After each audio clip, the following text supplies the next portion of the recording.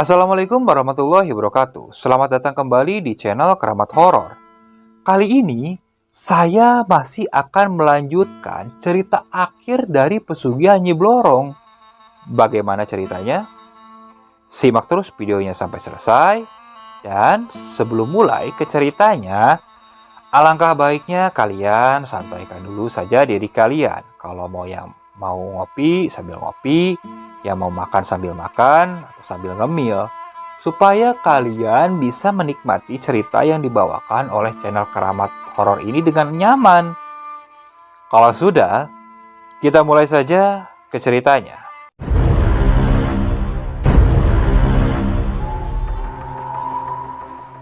Erna sewaktu kerja di pabrik menjadi rebutan Sarji dan Ronald. Karena Ronald berjanji mau menikahi Erna, akhirnya Sarji mundur meski sakit untuk merelakan dambaan hatinya diambil oleh karibnya. Udin yang mendengar pembicaraan kedua temannya ini langsung mencari tempat duduk karena penasaran yang tinggi. Dia memilih duduk di sebelah ruang admin dengan pelan di kursi plastik. Rasa penasaran Udin yang memuncak akan sekilas pembicaraan kedua temannya ini membuat dia memberanikan diri untuk mendengarkan keseluruhan percakapan di dalam ruangan admin.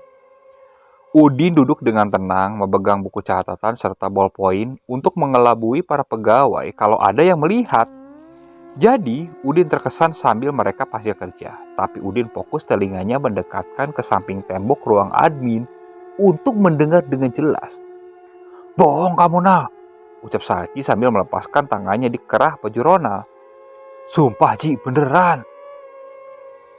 Nih, kemarin malam aku didatangi lagi sama Nyi Ratu. Maunya minta adikku yang habis melahirkan. Kalau yang diminta adik perempuanku satu-satunya, aku bener-bener gak tega, Ji. Terus gimana ini, Ji? Aku bingung. Nyi Ratu sendiri aku janjikan 3 hari lagi. Sehabis aku memberi uang banyak kepada Susi asistenku," curhat Ronald yang panjang. "Susi Aspri? Mau kamu tumbangkan? Gila kamu, Nal. Apa mau Nyi Ratu dikasih janji gitu sama kamu?" Sarji kaget, namun dia semakin acuh. "Bajingan kamu, Nal.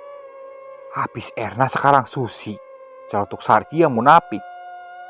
"Ya gak tahu, Ji. Waktu aku bicarakan begitu Nyi Ratu kelihatannya ya mau marah-marah.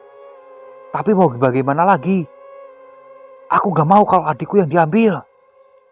"Alah, paling kamu punya pacar lagi ya. Makanya Ratu sampai marah-marah gitu sama kamu. Kamu memang bandel sih, Nal." Ronald hanya tersenyum kecil serta menunduk sedikit dengan rasa malu di depan Sarji. "Sudahlah, terserah kamu, Nal.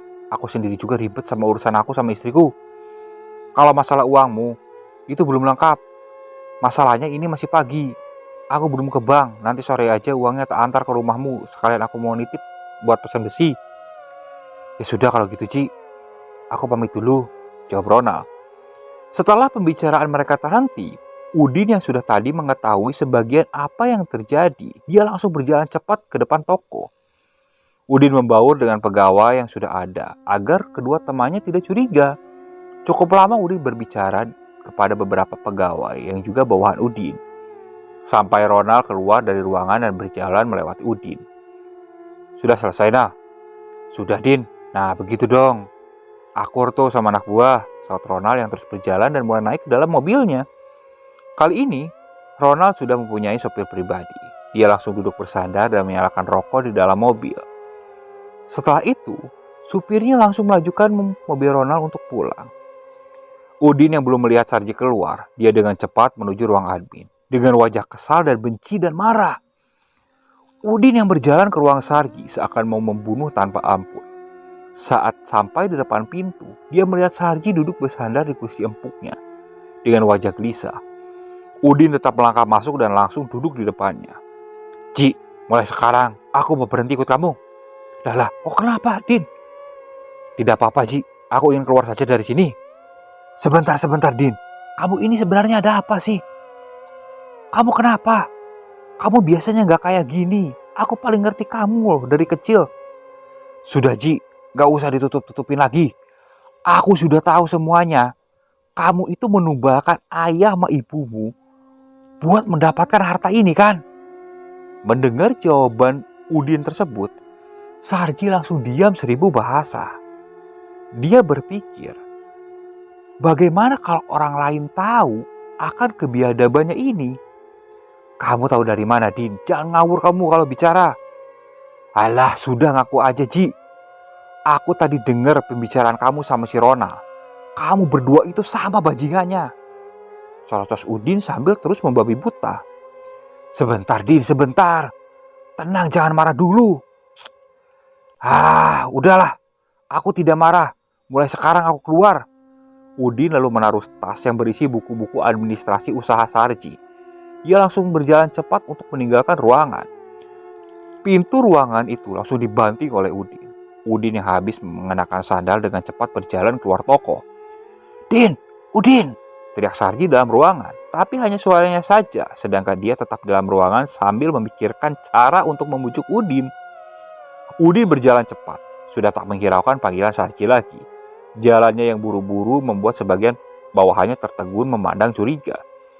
Udin sudah tidak memperdulikan semuanya. Ia hanya punya satu tujuan, yaitu pulang ke rumah dan memberitahu semua ini kepada istrinya. Baru saja Udin memarkir motor di teras rumahnya, Sarji yang mengikutinya di belakang sudah sampai di depan rumahnya. Udin sudah tak bisa memperhatikannya lagi. Dia langsung masuk ke rumahnya. Sarji dengan cepat mengikuti Udin yang masuk ke rumah. Udin ditarik dan didudukan di ruang tamu. Sudahlah, Din, maaf. Habis ini aku mau berhenti seperguruan sama si Ronald, bujuk Sarji sambil memelas. Udin hanya terdiam. Dia mendengarkan kata-kata Sarji tanpa menyaut. Dengan berbagai bujuk rayu dilontarkan oleh Sarji kepada Udin, akhirnya Udin luluh juga. Sebab Sarji ini tahu kelemahan Udin yang tidak tega melihat kawannya seolah-olah menghadapi masalah yang besar sendirian. Sore itu Sarji meminta tolong kepada Udin untuk menemaninya pergi ke rumah Ronald untuk membayar hutang dan pesanan barangnya. Selepas maghrib, Udin dan Sarji membawa mobil menuju rumah Ronald dengan membawa sejumlah uang. Perjalanan dari rumahnya memang memakan waktu sekitar 5 jam. Dari sore, kedua sahabatnya ini belum makan sama sekali. Waktu di dalam mobil, mereka berdua memutuskan untuk mencari makan di ujung gang rumah Ronald. Sekalian istirahat dan bisa mengajak Ronald nongkrong di kampungnya. Mobil Sarji ini masuk ke daerah Ronald sekitar pukul 11 malam dan berhenti di samping warung yang biasanya memang tutup pukul 1 malam meski di dalam kampung pinggir kota. Jadi, tata letak warung ini menghadap ke timur ke sebelah selatan. Warungnya persis ada pos ronda. Baru selatannya ada pertigaan dan jalan yang ke timur adalah jalan menuju rumah Ronald. Jadi, sekitar 150 meter dari warung. Sedangkan jalan yang ke selatan menuju area pesawahan. Di pos ronda ada 3 orang bapak-bapak yang berjaga sambil main kartu. Sedangkan di warung hanya ada Udin dan Sarji yang sedang makan. Malam itu tak ada firasat apapun. Sarji dan Udin makan nasi lodeh dengan lahap. Rencananya mereka habis makan akan memanggil Ronald yang masih berada di rumahnya. Tapi rencana Sarji ini tak sesuai harapan mereka berdua.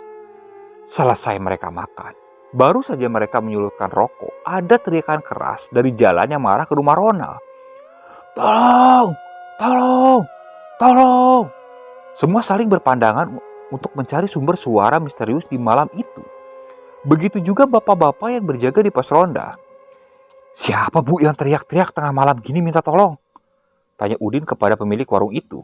Ibu warung itu diam dan ikut mendengarkan dengan seksama. Iya, Mas. Siapa jam segini teriak-teriak ini? Kata pemilik ibu warung. Akhirnya, Udin dan Sarji lari keluar dari warung dan bergabung dengan bapak-bapak yang sudah berdiri di depan pos ronda. Tak lama kemudian, dari jalan ke arah rumah Ronald, samar-samar terdengar suara kembali. Suara itu seperti suara lonceng dari kereta kuda yang berlari serta suara cambukan. Tolong! Tolong! Ampun! Ampun! Tolong! Tolong! Semua melihat dengan jelas dari depan pos dengan mata kepala mereka sendiri. Kelima orang tersebut hanya diam mematung antara percaya dan tidak percaya dengan kenyataan di depannya. Di jalan menuju rumah Ronald terdapat lampu putih di 2 rumah. Sehingga kejadian malam itu terlihat sangat nyata dan mencekam. Mata mereka berlima melihat seorang perempuan membawa kereta kencana ditarik kedua kuda berwarna hitam dengan mata yang merah. Perempuan itu adalah Nyi Blorong. Wujudnya waktu itu sedang mengendarai kereta kencana. Tangan kirinya memegang tali untuk mengendalikan kuda. Sedangkan tangan kanannya memegang rantai panjang yang mengikat sesuatu diseret di belakangnya. Ia tetap memakai baju kemben hijau yang berambut ular-ular kecil di atas mahkotanya dengan mulut menganga semua. Serta kulitnya sebagian sudah dipenuhi sisik ular sampai ke wajahnya. Di belakang Nyi Ratu Blorong ini ada dua baris wanita berpakaian serba putih berselendang. Masing-masing berbaris terdapat 3 wanita. Untuk 2 baris wanita di depan memegang cambuk sambil menghajar dan sesekali mencambuk manusia yang terikat di rantai depan. Tapi semua perempuan ini berjalan dengan tubuh ular, hanya terlihat kepalanya dan tangannya yang penuh sisik ular. Sosok pria yang memakai celana putih yang dibalut cawat sudah diikat mulai dari leher, perut, serta kedua tangan dan kakinya. Dia berjalan tertatih-tatih, berteriak meminta tolong, menangis histeris dan kesakitan luar biasa akan cambukan yang diterimanya. Semakin dekat kereta itu datang menuju pos ronda di pertigaan, semakin jelas yang dilihat itu adalah Ronald, temannya Udin dan Sarji. "Itu Pak Ronald," lili bapak-bapak yang berada di samping Sarji. Sontak, mereka yang berdiri secara cepat melesat lari tunggang langgang tanpa tahu arah tujuan. Pemilik warung yang tahu orang-orang pada berlarian tanpa menutup warung, ibu-ibu itu lalu ikut lari masuk ke dalam rumah kayu di belakang warung. Sarji dan Udin ikut bersembunyi mendekat bersama pemilik warung. Tapi mata mereka yang penasaran melihat dari celah papan kayu dari ruang tamu rumah itu. Sedangkan bapak-bapak tadi yang dari pos ronda lari tak tahu entah kemana. Mereka melihat Ronald ditarik dan dicambuk tanpa ampun melewati pertigaan menuju jalan ke arah selatan.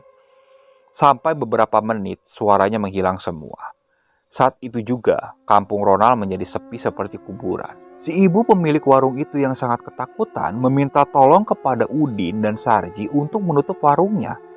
Namun, Udin mengajukan syarat supaya mereka dibiarkan menginap malam itu di rumah pemilik warung tersebut. Si ibu pemilik warung lalu mengiyakan. Dia lalu bergegas masuk ke dalam kamar dan mengunci kamar tersebut. Udin dan Sarji lalu mematikan lampu dan menutup warung tersebut. Lalu mereka berlari dan menuju ruang tamu. Mereka tidur di sana. Tak ada kata-kata terucap dari kedua orang tersebut. Mereka diam hanya ketakutan dan gemetar. Hingga pagi pun tiba. Cahaya pagi mulai bersinar tanpa mataharinya dari halaman rumah pemilik warung itu. Sinar putih lembut itu membuat ruangan tamu yang dipakai oleh Udin dan Sarji istirahat mulai terang. Udin dan Sarji dengan wajah kusut mulai bangkit untuk duduk. Di tempat duduknya, mata merah mereka yang saling berhadapan saling bertatap penuh ketakutan. Tatapan mereka itu dibatasi sebuah meja kayu dari semalam. Mereka tidak berbicara sama sekali. Tapi di pagi ini, Udin sudah tidak sabar akan sikap Sarji. Dengan terpaksa membuka pembicaraan terlebih dahulu. "Gimana nih, Ji? Kira-kira beneran tadi malam itu Ronald yang ditarik kereta?" tanya Udin dengan wajah penasaran dan ketakutan. "Tidak tahu, Din. Mending habis ini kita tanya orang-orang kampung saja. Sekalian kita lihat langsung ke rumah Ronald." Suara pembicaraan di ruang tengah didengar oleh ibu pemilik warung, membuat dia datang dan menghampiri mereka untuk menanyakan apa maksud dan tujuan mereka datang ke kampung ini. Ibu itu sendiri dari tadi malam juga belum sempat tanya karena panik dan takut. Sarji dengan tenang dan tetap menutupi rasa gelisahnya. Dia menjawab semua pertanyaan ibu itu satu persatu dengan logis. Intinya, alasan yang dipakai itu adalah urusan bisnis dengan Ronald. Dengan cepat, ibu pemilik warung segera memahami alasan yang disampaikan oleh Sarji ini. Kini, mereka bertiga yang penasaran dengan kejadian semalam memutuskan untuk keluar rumah dan menanyakan kebenaran fakta tadi malam. Mereka berniat langsung berjalan menuju rumah Ronald. Tapi, langkah mereka terhenti di pos ronda karena warga sudah banyak berkumpul. Begitupun jalan menuju rumah Ronald, beberapa warga sudah memenuhi di jalan tersebut. Konon, saat kejadian tadi malam itu, hampir seluruh warga di kampung Ronald mendengar teriakan permintaan tolongnya. Padahal, warga juga yang rumahnya dilalui oleh Nyi Blorong ini saat menyeret Ronald ikut mengintip dan melihat dengan jelas dari celah jendela mereka. Tapi semua warga yang mendengar dan melihat tak ada yang berani. Sampai dari sekian warga yang tahu tak ada satupun yang keluar dan menolongnya. Sarji dan Udin berjalan perlahan melewati kerumunan kecil yang sudah tersebar di jalan menuju rumah Ronald. Di tengah perjalanan, Sarji berucap kepada Udin, "Masa benar Ronald sudah meninggal, Din? Kelihatannya benar nih, Ji." Akhirnya, mereka berhenti tepat di depan rumah Ronald. Mereka melihat kerabat Ronald di dalam rumah sudah ramai. Akan hisak tangis dan raut muka penuh kesedihan. Udin dan Sarji langsung masuk ke dalam rumah Ronald. Meski melewati kerumunan kerabat almarhum di teras, di ruang tamu mereka langsung duduk ikut mendengarkan penuturan salah satu keluarga Ronald. "Beneran ternyata, Din," bisik Sarji kepada Udin. "Iya, Ci, diamlah dengarkan supir itu bercerita," saat Udin pelan. Supir pribadi Ronald yang berada duduk di tengah lingkaran keluarga Ronald bercerita. Waktu selesai sholat subuh, seperti biasa, dia datang ke rumah Ronald untuk mencuci mobil. Malam itu, rumah Ronald tak ada yang terkunci. Dengan rasa curiga, dia langsung masuk ke rumah. Waktu memasuki ruang tengah dan berhenti di pintu yang tak terkunci, supir itu memanggil Ronald untuk izin terlebih dahulu, tapi tak ada jawaban. Supirnya pun akhirnya memberanikan diri masuk ke rumah mewah ini. Dan hanya berniat mengambil kunci di ruang tengah, meski jika ketahuan Ronald, sikap ini pasti akan dianggap kurang ajar. Tapi, langkahnya berhenti seketika ketika melihat Ronald sudah tidur telentang kaku di lantai, hanya memakai sarung dan kaos di ruang tengah. Beberapa kali dia memanggil Ronald untuk izin mengambil kunci. Tapi, waktu dia dekati Ronald, ternyata Ronald ini sudah menjadi mayat. Kondisi tubuhnya sudah membiru dan kaku, dengan mata melotot dan mulut melebar. Sedangkan untuk kedua tangannya menghadap ke atas seperti orang ingin memohon ampun dan melepaskan diri. Setelah itu, supir ini berlari keluar rumah untuk mencari bantuan para tetangga di kanan dan kiri rumah Ronald. Cerita supir itu pun selesai ketika pemuka agama setempat datang dan ikut duduk bersama orang-orang di ruang tamu. Tak selang berapa lama di waktu yang masih pagi, pihak keluarga dibantu pemuka agama setempat menyucikan Ronald dan menguburkannya di pemakaman kampung tempat tinggalnya. Tapi saat dikebumikan, keadaan Ronald tetap seperti dia ditemukan pertama kali. Hanya tangannya yang dipaksa sampai terdengar patah di pergelangan sikunya agar bisa mendekap untuk diikat sebagaimana layaknya mayat dikapani. Sarji dan Udin mengikuti prosesi acara Ronald sampai selesai. Sewaktu di rumah duka, Sarji memberikan uang milik Ronald kepada ahli waris di rumah tersebut. Setelah siang berganti sore, Udin dan Sarji lalu pamit ke semua kerabat Ronald. Mereka lalu pergi meninggalkan rumah Ronald. Di perjalanan, Sarji sangat ketakutan. Dia meminta sungguh-sungguh kepada Udin untuk mencarikan solusi supaya bisa memutuskan perjanjian dengan Nyi Blorong. Udin waktu itu menanggapi permintaan dari sahabat sejatinya ini secara serius. Dia juga meminta kepada Sarji supaya tidak menumbangkan orang lain untuk imbalan atas kekayaannya ini. Dengan semangat membara dan niat yang kuat, Sarji pulang tidak langsung ke rumah, melainkan langsung mengajak Udin menuju rumah Moden, kakaknya Udin ini. Saat mereka sampai di rumah Moden, mereka berkumpul dan duduk di teras.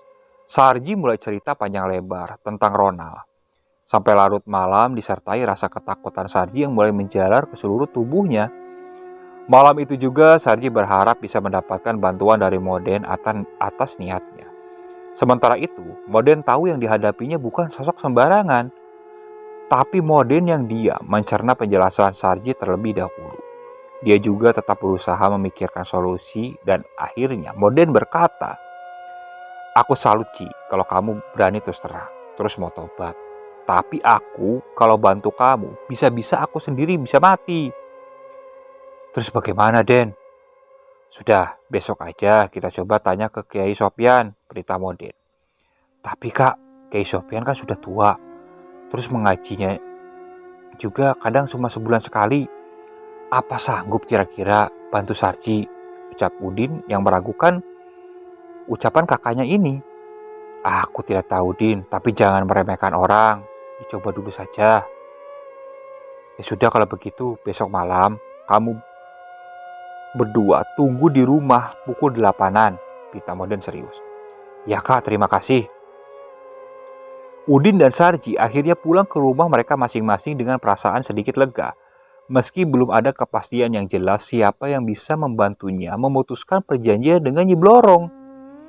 Keesokan harinya, Udin didatangi Sarji dari pintu belakang.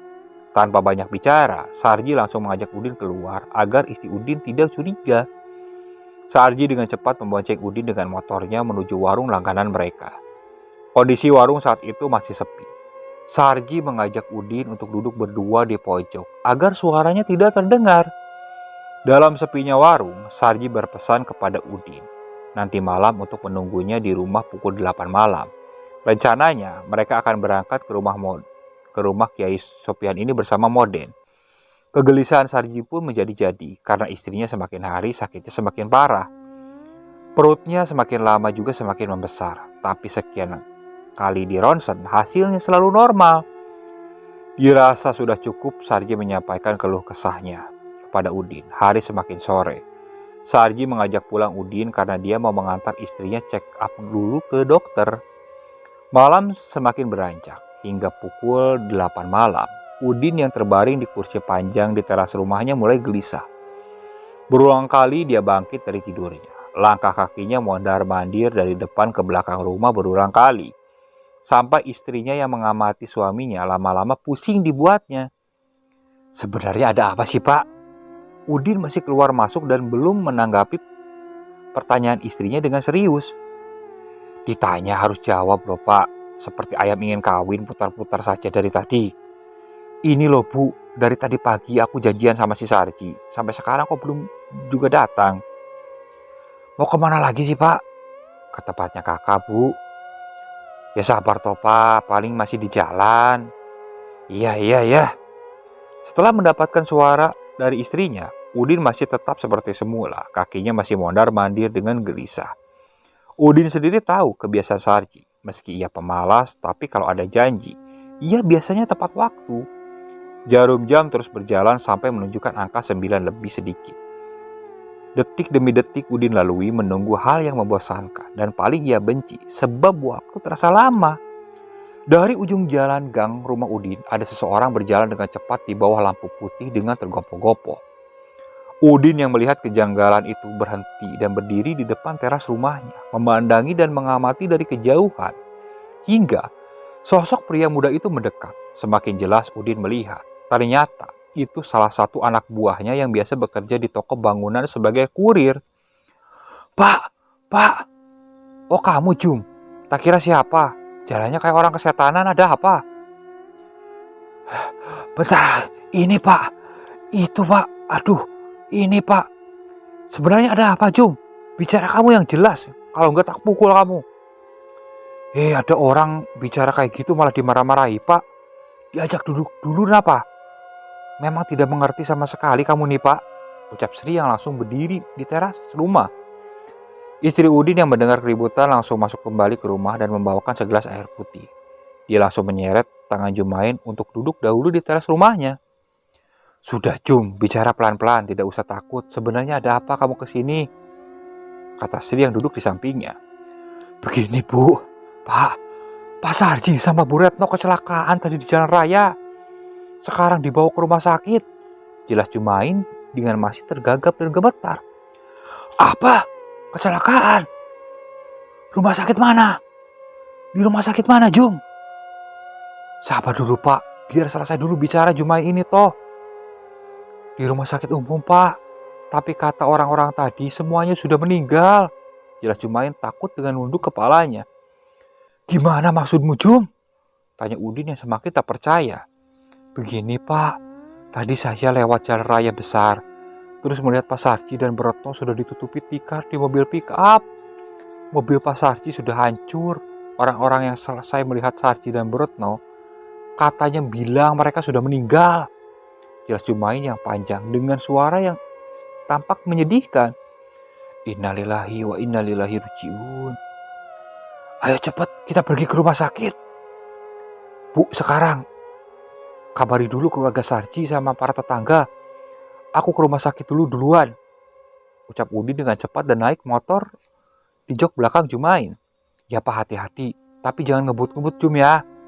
Jawab Sri yang ikut bergegas berangkat ke tetangga untuk memberitahu kabar kematian Sarji dan Retno. Saat itu juga Udin berangkat bersama Jumain. Mereka melajukan kendaraan dengan sangat kencang, tak memperdulikan pesan istri Udin lagi. Setibanya di rumah sakit, Udin langsung bertanya kepada petugas jaga. Dengan cekatan, petugas jaga mengantar mereka. Udin yang tak percaya akan kabar kematian sohibnya ini. Tapi Udin berjalan setengah berlari dengan perasaan cemas serta jantungnya yang semakin berpacu dengan cepat. Dalam bayangannya, dia hanya ingin memastikan kebenaran dan semoga bukan Sarji temannya yang meninggal. Tak berapa lama akhirnya Udin sampai di salah satu ruangan yang bertulisan ruangan jenazah. Di situ muka Udin langsung panik. Dia mulai mendekat ke arah jenazah yang ditutup oleh kain putih. Petugas jaga lalu membuka kain putih tersebut. Dan tampak wajah dari Sarji dan istrinya tersebut. Di situ kesadaran Udin mulai menurun. Udin langsung menangis histeris dan lemas sehabis melihat temannya sudah menjadi mayat. Apalagi bagian tubuh keduanya ini dari bawah kepala sudah hancur dan hampir putus. Udin yang tertunduk lesu hanya bisa meneteskan air mata dan tubuhnya hampir pingsan. Sampai akhirnya dia dipapah pelan oleh Jumain untuk keluar dari ruang jenazah. Sabar Pak, sabar. Ucap Jumain coba menenangkan Udin. Sesaat kemudian, para petugas kamar jenazah menghampiri mereka yang masih duduk dan memohon izin kepada Udin untuk memperbaiki kondisi jenazah kedua temannya ini.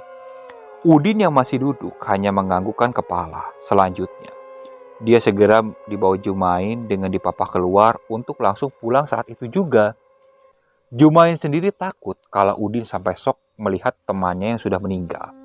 Malam itu, kondisi Udin hanya diam dengan tatapan kosong serta badannya tak bertenaga lagi. Sampai di rumahnya, Udin langsung dibaringkan Jumain dan dibantu oleh istrinya. Selanjutnya, Jumain yang masih di rumah Udin menceritakan kejadian di rumah sakit tadi. Selepas itu, Jumain langsung pamit undur diri untuk pulang. Pagi hari, rumah almarhum Sarji sudah semakin ramai orang mengaji dan silih berganti sambil menunggu kedatangan kedua jenazah suami istri tersebut. Tak berapa lama, mentari yang begitu terik. Mobil jenazah datang dan segera menurunkan kedua jenazah tersebut. Suami istri itu langsung diletakkan di ruang tamu. Kedua jenazah yang berada di ruang tamu sudah disucikan di rumah sakit. Para kerabat dan warga sekitar langsung mencari air suci.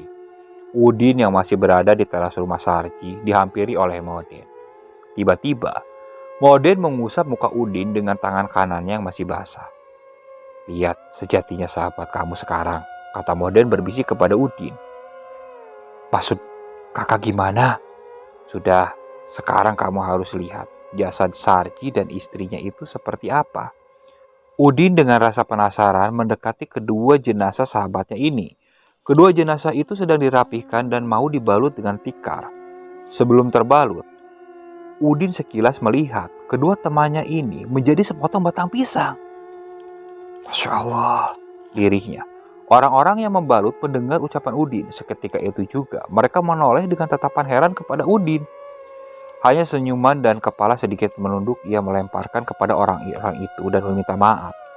Selanjutnya, Udin kembali menemui Moden di teras. Udin yang sudah berdiri di samping Moden mengarahkan bibirnya ke daun telinga Moden dan berisik. Kok bisa jadi seperti itu, Kak? Itu hasil karena memuja pesugihan, Din. Tapi kamu gak ikut-ikut kan? Ya, enggak Kak. Aku gak ikut-ikut, ucap Udin kepada kakaknya itu. Sejatinya teman kamu itu sudah dibawa ke kerajaannya Blorong semua.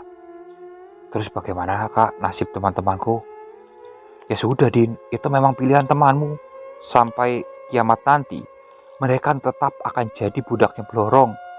Jelas Moden dengan berbisik serta melihat jamaah yang sudah bersiap dalam barisan saf di ruang tamu untuk menyolati jenazah Sarji dan Retno. Jamaah yang sudah siap langsung dipimpin oleh Moden untuk segera menyolatinya. Beberapa menit acara pun selesai. Mereka semua bergegas memakamkan kedua jenazah ini. Mereka berdua dimakamkan bersebelahan dengan ayah dan ibu Sarji. Hari itu menjadi pukulan yang berat bagi Udin dan keluarganya. Karena Sarji selama ini sebagai tumpuan utama ekonominya. Selama 2 hari dia terlihat termenung dan melamun sendirian di rumah. Udin juga sejak saat itu sudah tidak bekerja lagi di toko Sarji.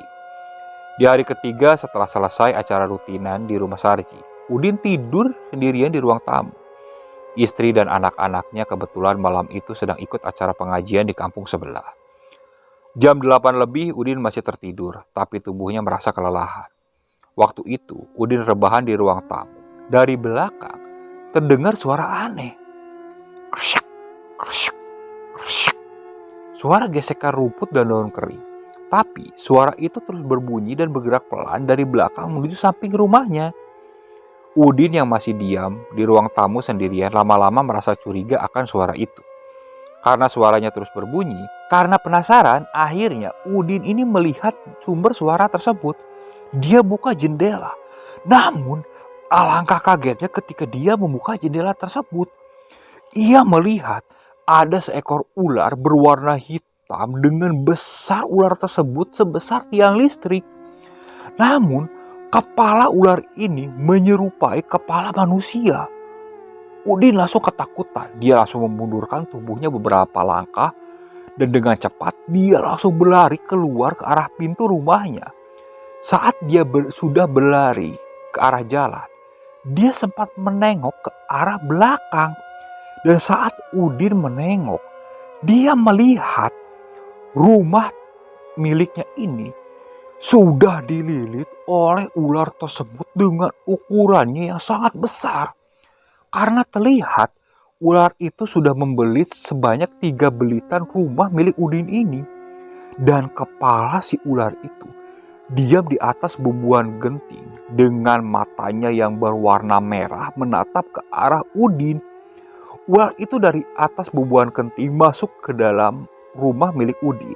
Udin teringat bahwa sosok tersebut seperti sosok Nyi Blorong yang pernah dia lihat di waktu kejadian di rumahnya Ronald. Sadar akan keselamatannya, spontan dia langsung berlari sangat kencang menuju rumah Moden tanpa alas kaki. Sekian menit ia berlari menembus kegelapan malam, sampai akhirnya dia sampai di rumah Moden.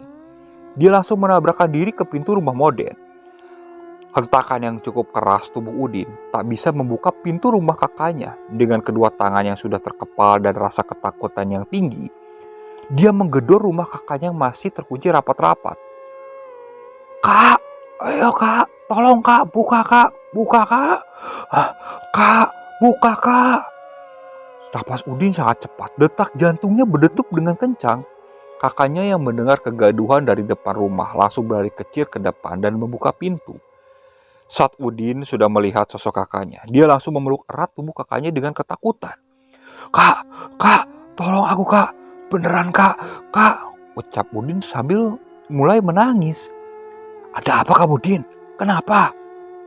"Blorong di rumah kak, Blorong sudah melihat rumahku kak." "Diam sebentar, tenang dulu.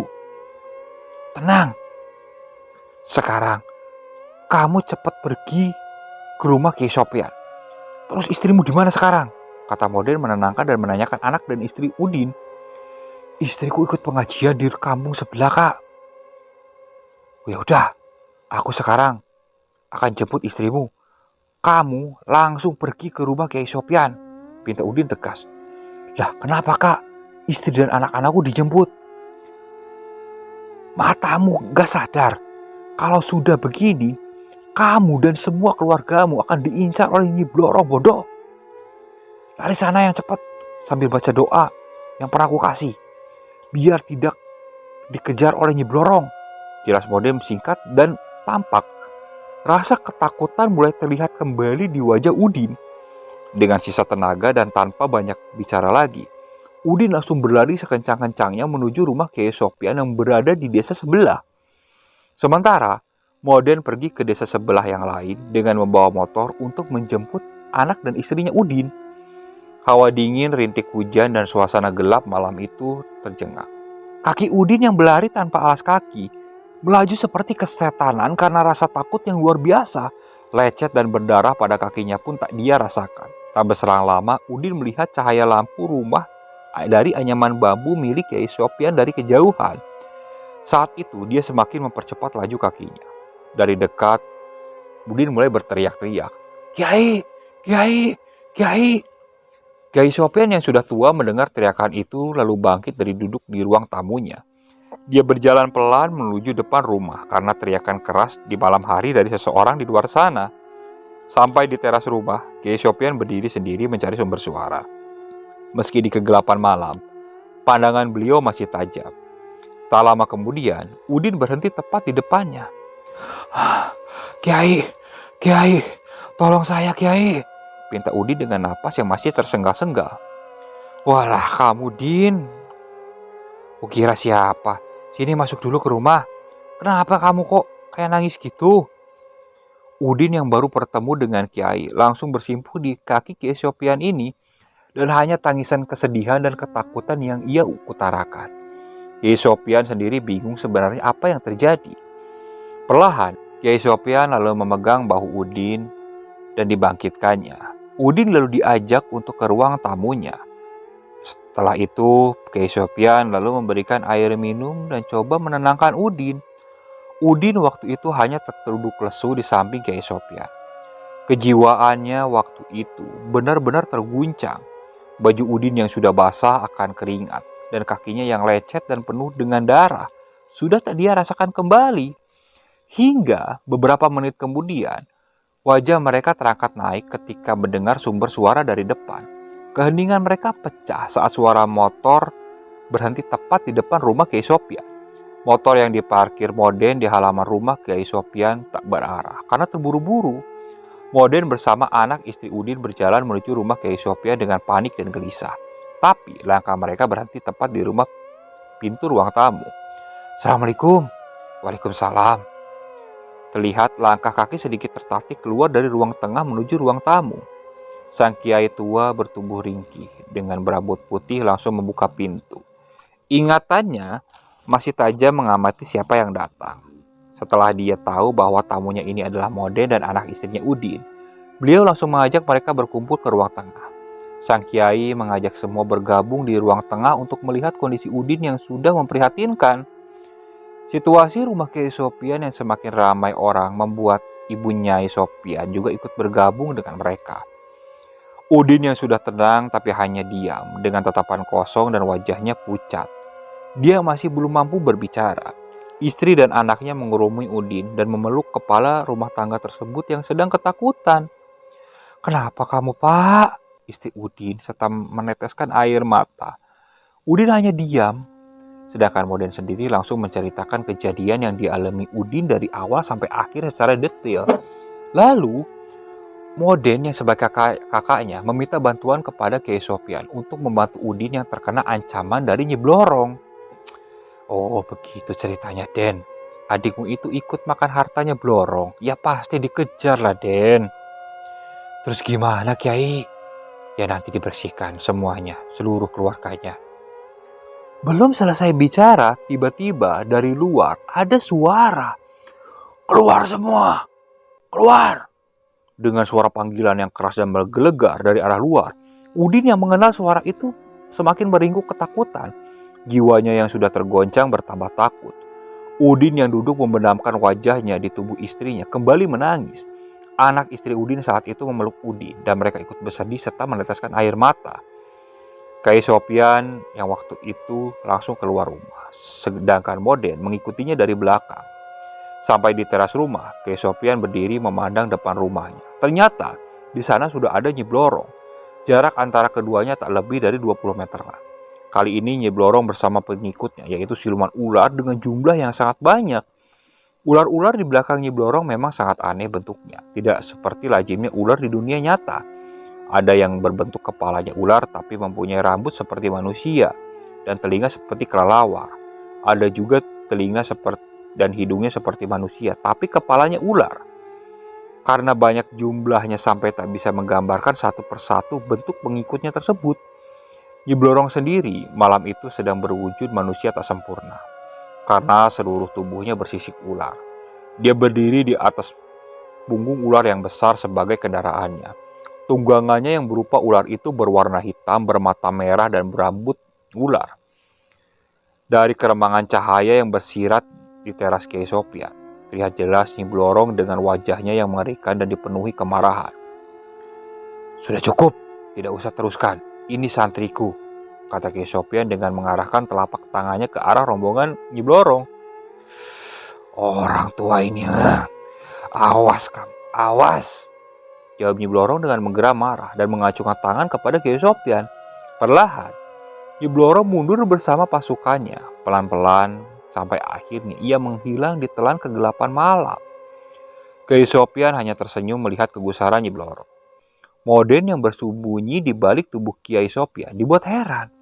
Ada apa dengan Kiai Sopyan yang terkenal ramah ini? Namun secara ekonomi dia tidak menonjol, tapi bisa membuat Nyi Blorong ini seperti takluk. Akhirnya Moden ini bertanya kepada Kiai Sopyan, "Kok bisa gitu Pak Kiai? Udah gak usah dibahas. Ya sekarang mending urusi adikmu dulu." "Baik Pak Kiai," jawab Moden pelan dan patuh. Menurut beberapa sumber dari orang-orang terdekat sang Kiai, di saat Kiai Sopyan masih muda, dia pernah berurusan dengan Nyi Blorong. Mereka sempat berselisih dan pada akhirnya mereka berdua bertarung. Sekian lama pertarungan akhirnya dimenangkan oleh Kiai Sopyan. Selanjutnya, mereka berdua membuat perjanjian bahwa kaum Nyi Blorong serta pengikutnya tidak boleh mengganggu keluarga ataupun santrinya Kiai Sopyan. Begitu juga Kiai Sopyan tidak akan mengganggu pekerjaan Nyi Blorong serta pengikutnya. Mereka berdua kembali ke ruang tengah. Malam itu juga Kiai Sopyan memberikan minum dan doa kepada Udin. Selanjutnya mereka semua diajak ritual bersama Kiai Sopyan untuk membersihkan diri mereka dari tanda tumbal yang sudah disematkan pada semua keluarga Udin. Penyematan dalam keluarga Udin ini tak lain adalah Sarji sendiri, sewaktu Sarji masih hidup. Malam itu juga Udin beserta keluarganya tidur di rumah Kiai Sopyan. Modem sendiri ikut menemani keluarga adiknya ini. Menjelang subuh sekitar pukul 3 dini hari, Udin yang sudah tertidur lelap di tengah tidurnya ini, tiba-tiba dia berteriak-teriak dengan mata masih terpejam. "Ayo Ji, ayo Ji, ayo, ayo Ji." Semua yang berada di rumah itu bangun mendatangi Udin. Mereka melihat Udin berteriak dan menangis histeris dalam tidur. "Bangun Pak, bangun, bangun," tanya istri Udin yang sudah berada di sampingnya. Udin yang terbangun seketika dan langsung duduk. Modem yang waktu itu sudah bersiaga di sampingnya Udin langsung memberikan segelas air minum kepada Udin. "Diminum dulu, Din."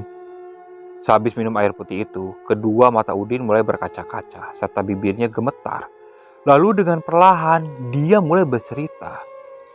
"Aku melihat Sarji sama Retno diikat di rantai kakinya, tangannya terus lehernya. Kedua orang itu digiring ke selatan menuju ke istana besar. Orang itu berteriak-teriak minta tolong, tapi yang menarik manusia 4, namun kepalanya berbentuk ular. Kedua orang itu dicambuk sambil dipukuli memakai gada. Kalau selesai teriak, mereka dipukul lagi. Mereka terus diseret, terus hingga akhirnya mulai mendekati ke arah istana itu. Aku waktu itu coba menarik tangannya Sarji, namun tidak bisa," terang Udin yang masih duduk dengan meneteskan air mata. "Benar Din mimpimu. Memang begitu kalau habis ikut pesugihan Blorong. Untungnya kamu tidak ikut teman kamu," jelas Kiai Sopyan. "Begitu ya Kiai," jawab Udin dengan tatapan sedih dan meneteskan air mata. "Hanya sedikit yang selamat dari Blorong Din. Kebanyakan tidak selamat yang ikut pesugihan Blorong. Sudah, sekarang kamu sholat malam, kamu ini sudah aman. Itu cuma tanda aja. Nyatanya teman kamu itu sudah masuk ke alam Blorong," jelas Kiai Sopyan. Pagi harinya Udin kembali ke rumah. Memang benar kata Kiai Sopyan, saat itu Udin sekeluarga memang sudah aman. Tapi rumahnya saat pagi hari itu bau amis yang berasal dari rumah almarhum Sarji. Begitu mulai menjelang malam, bau busuk dari belakang rumah Udin itu berhamburan ke segala arah. Banyak tetangga awalnya mengira hanya bangkai tikus atau hewan lainnya. Tapi anehnya, bau ini semakin malam malah semakin menyebar ke penjuru gang dan aroma busuknya semakin kuat. Di sore hari, saat Sri memasak di dapur, ia pun sempat melihat bayangan Retno yang sudah menjadi pocong berada di bawah pohon keres. Awalnya Sri tidak mempercayai hal demikian. Tapi semenjak meninggalnya Retno, kini dia merasa bisa merasakan kehadiran temannya itu. Sri sendiri sering kaget serta ketakutan saat ada suara-suara menyerupai Retno yang memanggilnya tiba-tiba. Bahkan ketiga anak-anaknya Udin ini di sore hari saat bermain di belakang rumahnya, sempat melihat sekelebat bayangan sosok Sarji yang berjalan mondar-mandir. Malam hari itu juga Sri langsung mengadu ke suaminya akan keadaan yang dirasakan oleh Sri dan anak-anaknya. Sejak hari itu, kejadian demi kejadian menimpa Udin dan keluarganya. Gangguan dari keluarga almarhum Sarji dan Retno semakin meningkat.